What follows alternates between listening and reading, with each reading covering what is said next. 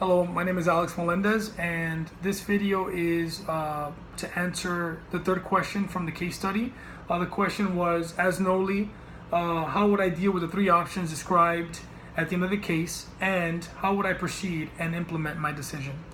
So, from the three options presented, moving into Papua New Guinea would probably be off the table for me. One of the Jollibee's key success has been the fact that they established themselves well in the market where there are a high number of expatriates. We have seen from the experience they had in Hong Kong, for example, the challenges in grabbing market share from other nationalities.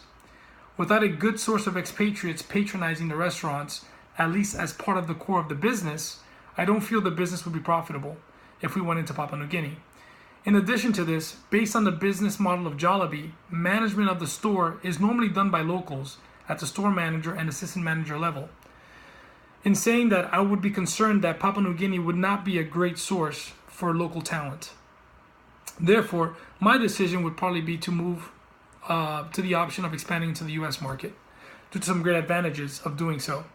Jollibee has already identified a location with a large population, which is Daly City, where there's a lot of expatriates, which would help ensure a good level of volume into the restaurants. The US is also a great choice for a fast food chain.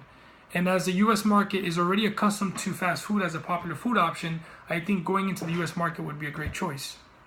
Of course, all ideas are really down to the way they're executed, which is part of the question is how would I execute my decision, right?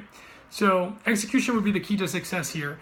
And so to implement this, I would consider reaching out to a successful and established small food chain that is already in the fast food chain market, but not in the same type of food market as Jollibee. For example, somebody like Taco Bell or Arby's that do fast food but a different product.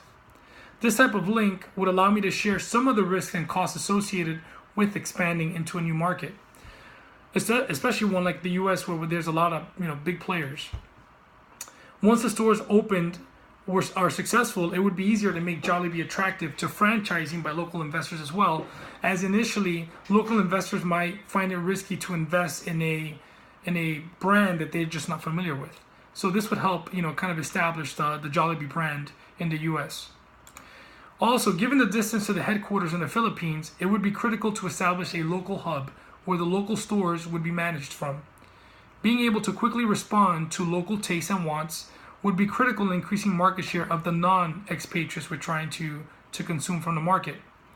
Also, talent is critical for store management, and having a local hub would allow us to bring in talent, train them, and then disperse to the various stores that we open. A central hub would also provide local representation, especially for meetings and dealings with potential franchisees. Given the mindset of a U.S. investor, this would be the best approach, I feel, to gaining interest from potential franchisees. Also, I would ensure we use an integrated process where certain things would be done through the central hub, while others would be done through headquarters. One of the key challenges that Tony faced was a lack of cooperation from management at headquarters, due to the fact that he structured the division in a way that was kind of forced upon the management at headquarters. What I would do instead is I would ensure that all major decision making would come from the stakeholders at headquarters, which would provide those managers a sense of control and a voice in the decision making. But to avoid any bureaucratic processes and delays in approvals at the local level, day-to-day operations and decision making would be done at the local hub.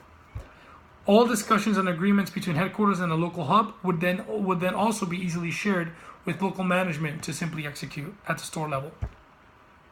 Finally, due to the number of fast food chains and franchising that occurs in the United States, the ability to secure good talent with experience in the business would be a great benefit. As part of an expansion strategy in a foreign market, being able to encompass learnings from local experienced executives and managers would increase our chances for making the right decisions that would ensure success would be greater in our further expansion.